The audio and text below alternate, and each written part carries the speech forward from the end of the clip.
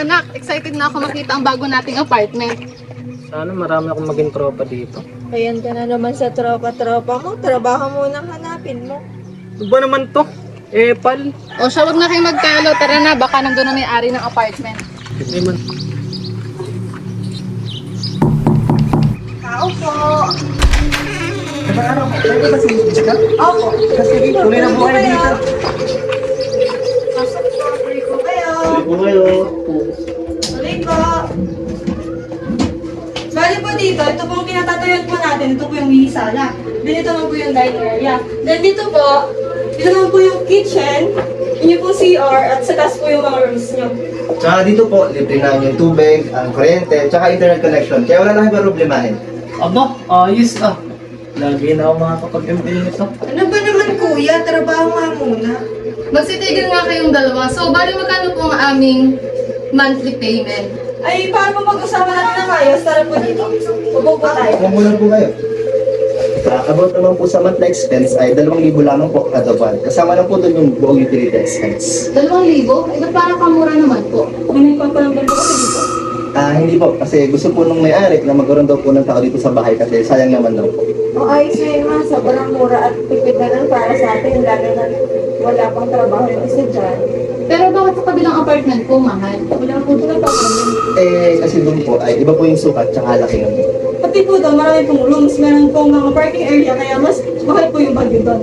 Ay, ganun po ba?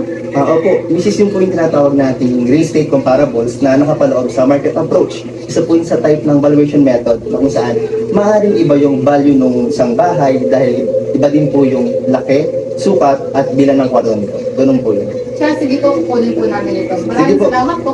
Sige po, Mrs. Maraming salamat po. Enjoy po kayo sa inyong bagong bahay. Thank you Thank you po. po, enjoy po!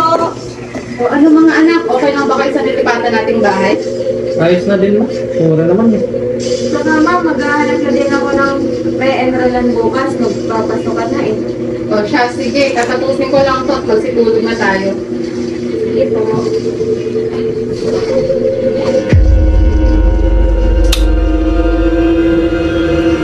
Tara na!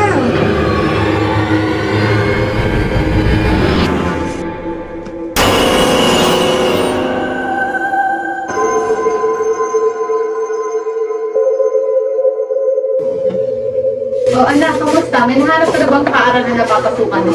Nakahanap na ako na malapit lang dito tapos free tuition fee din. Ako naman ma, interview ko na bukas. Sinapply ako yung trabaho. O, ayos naman pala eh. Siya, sige, kumain na tayo. Ano ba naman to? First week pa lang, hindi ko na maintindihan. Nakakalito. Ano ba yan? Kadkad ka ng kadkad. Kasi ito kuya, hindi ko maintindihan yung topic namin sa valuation, oh. Tingin nga. Ito, oh. Oh, madali lang to eh. Kapag future value, ang gagamitin mong formula ay present value times 1 plus rate raised to n. Ang n, yun yung number of years. Kapag naman present value, ang gagamitin mong formula ay future value divided by 1 plus r raised to n. At kapag naman net present value, katulad lang din yun ng present value. Kapag lumabas sa solution mo ay positive, ibig sabihin, i-accept mo yung project. Kapag naman negative, i-reject mo yung project. Ganun lang yun. Ay, ganun lang pala yung kadali. Akala ko Oo. mahirap. Thank you, ha? Ay, asa na ba ang boyfriend ko? Ay, ayun pala. Ayun! Uy, bakit? Ano nangyari? May humawak sa mga kamay ko. Ha? Parang may nahawak kayo, mag-isa ka lang dyan. Kakaaral mo kasi yan. Magpahinga ka muna. Siguro nga, guni-guni ko lang yun.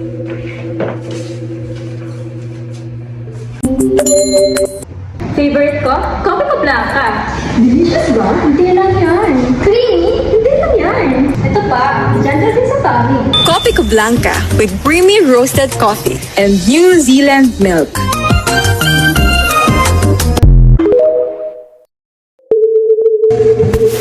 Uy, ano ba? Kumot ko to. Ang kulit naman eh. Ano ba? Sino nandyan?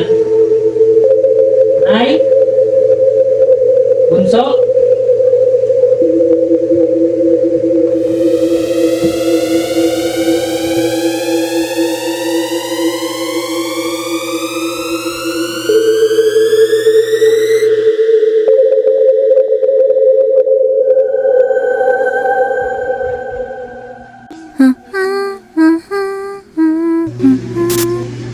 Oh anak, andyan ka na ba? Kumain ka na ba?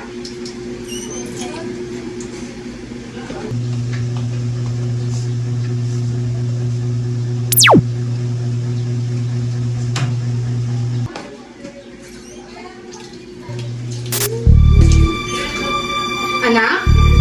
Andyan ka na ba?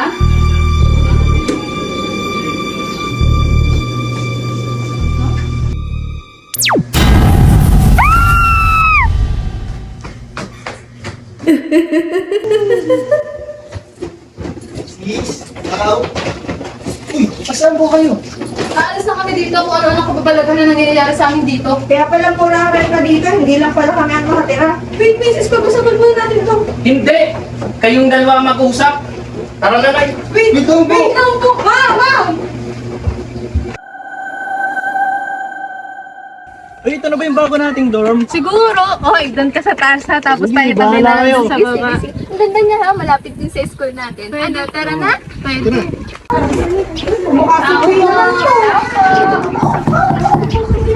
Kayo po ba yung kukuha ng dorm?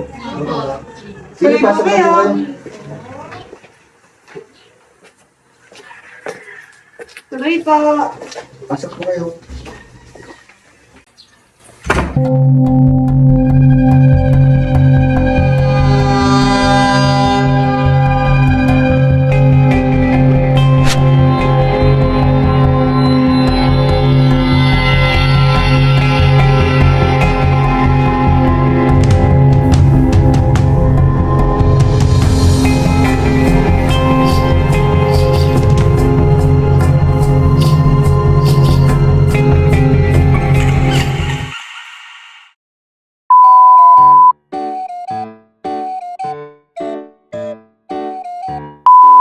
Oh, ayos naman pala.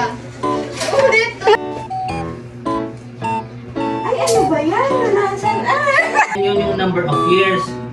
Kapag naman present value, Ano naman to? First week pa lang, hindi ko na agad maintindihan ng topic. Nakakalito. ano ba yan? Kadkad ka ng kadkad.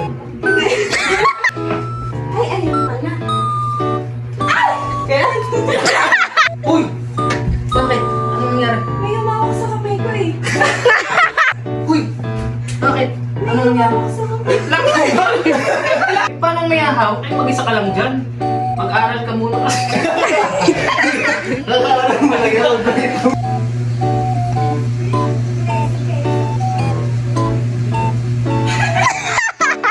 Yan yung matatapatan ng hangin. Yun. Go.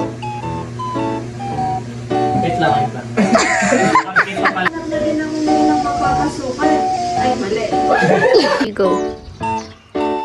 O mga anak, excited na ako makita ang ating bagong apartment. Nung muna nga kayo magtalo, so magkano po ang aming monthly? Okay, question. Kaya wala na kayo ba problemahin? So, bali magkano po ang babayaran kada buwan? Gusto mo ba ano? Oo. Ari ko pa? Buwan. Kasama na po doon lahat ng utility expense. About naman po sa... Kasama na po doon lahat ng utility expense. Kasama na po doon lahat ng utility expense. Hindi po. Eh kasi po, yung sa... Ano sabihin ko? At wala akong trabaho yung isa dyan.